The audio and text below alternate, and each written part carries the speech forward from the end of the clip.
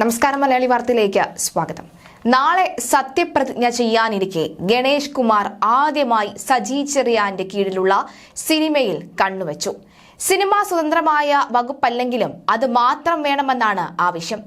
ഗണേഷ് ആവശ്യമുന്നയിച്ചതോടെ രണ്ടാം പിണറായി സർക്കാരിൽ വീണ്ടും മുഖം മാറ്റം ഉറപ്പായ സാഹചര്യത്തിൽ മുഖ്യമന്ത്രിയുടെ വകുപ്പുകളിൽ മാറ്റമുണ്ടാകുമോ എന്ന ചോദ്യവും ഉയരുന്നു. നിയുക്ത മന്ത്രി കെ.ബി. ഗണേഷ് കുമാറിന് വേണ്ടി സിനിമാ വകുപ്പ് കൂടി വേണമെന്ന് കേരള കോൺഗ്രസ് ബി ആവശ്യമുന്നയിച്ചതോടെയാണ് വകുപ്പ് മാറ്റം ഉണ്ടാകുമോ എന്ന ചോദ്യവും ഉയരുന്നത്. ഗതാഗത മന്ത്രിയാകുമെന്ന് ഉറപ്പായ ഗണേശനായി പാർട്ടി മുഖ്യമന്ത്രി പിണറായി വിജയനോടുള്ള സിനിമാ വകുപ്പ് കൂടി ചോദിച്ചത്. നാളെയാണ് പുതിയ മന്ത്രിമാരുടെ സത്യപ്രതിജ്ഞ നടക്കുക. അതുകൊണ്ട് തന്നെ ഇന്ന് കാര്യത്തിൽ തീരുമാനമുണ്ടായേക്കും. ഗണേഷ് കുമാറിന് പുറമെ കടന്നപ്പള്ളി രാമചന്ദ്രനാണ് മന്ത്രിയായി സത്യപ്രതിജ്ഞ ചെയ്യുക. അതേസമയം ഔദ്യോഗിക വസതി വേണ്ടെന്നും സ്റ്റാഫുകളുടെ എണ്ണം കുറയ്ക്കാൻ തയ്യാറാണെന്നും ഗണേഷ് കുമാർ മുഖ്യമന്ത്രി അറിയിച്ചിട്ടുണ്ട്. നവകേരള സദസ്സിന് പിന്നാലെയാണ് രണ്ടാം പിണറായി മന്ത്രിസഭ അഴിച്ചുപണിക്ക് ഒരുങ്ങുന്നത്. ഗതാഗത മന്ത്രിയായിരുന്ന ആന്റണി രാജുവും തുറമുഖ മന്ത്രിയായിരുന്ന അഹമ്മദ് ദേവർകോവിലുമാണ് മുൻ നിശ്ചയപ്രകാരം രാജിവെച്ചത്. നിലവിൽ സജി ചെറിയാന്റെ കയ്യിലാണ് സിനിമാ വകുപ്പ്. കെ.ബി. ഗണേഷ് കുമാറും രാമചന്ദ്രൻ കടന്നപ്പള്ളിയും 29-നാണ് മന്ത്രിമാരായി സത്യപ്രതിജ്ഞ ചെയ്യുക.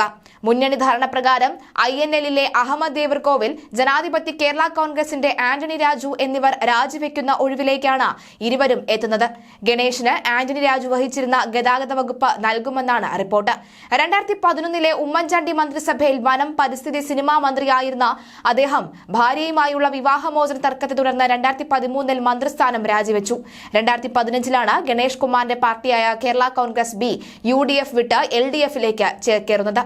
ബാലകൃഷ്ണപിള്ളയുടെ നിര്യാണത്തെ തുടർന്ന് 2021 മെയ് 10 മുതൽ കേരള കോൺഗ്രസ് ബി പാർട്ടി ചെയർമാനാണ്.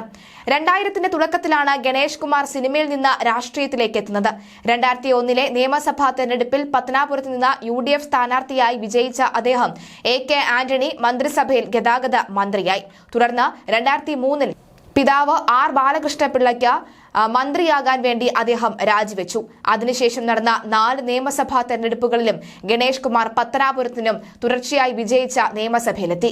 കേരളത്തിലെ ജനങ്ങൾക്കും LDF-നും അഭിമാനകരമാകുന്ന തരത്തിൽ ഭരണം നടത്താനാണ് ആഗ്രഹിക്കുന്നത് എന്ന് നിയുക്ത മന്ത്രി കെ.ബി. ഗണേഷ് കുമാർ പറഞ്ഞു. ഗതാഗത വകുപ്പിനെ മുൾക്കിരീടമായി കാണുന്നില്ല. താൻ ജീവിതത്തിൽ ഒരുപാട് പ്രതിസന്ധിയെ നേരിട്ടയാളാണ്. പുതിയ പ്രതിസന്ധിയെയും നേരിടുമെന്നും അതിനുള്ള കരുത്തുണ്ടെന്ന ആത്മവിശ്വാസം തനിക്കുണ്ടെന്നും ഗണേഷ് കുമാർ വ്യക്തമാക്കി. KSRTC-ക്ക് സർക്കാർ ഖജനാവിൽ നിന്നാണ് ശമ്പളവും നൽകുന്നത്. KSRTC-യിലെ പ്രശ്നങ്ങൾ പരിഹരിക്കപ്പെടും. താൻ മന്ത്രിയാകുന്നതോടെ ഒറ്റ ദിവസം കൊണ്ട് മുഴുവൻ പ്രശ്നങ്ങൾ പരിഹരിക്കപ്പെടുമെന്ന ധാരണ വേണ്ട. KSRTC-യുടെ നന്മയ്ക്ക് വേണ്ടി മാത്രമേ താനും സർക്കാരും നിലനിൽക്കുകയുള്ളൂവെന്ന് തൊഴിലാളികളോട് പറയാൻ ആഗ്രഹിക്കുകയാണെന്നും അദ്ദേഹം പറഞ്ഞു.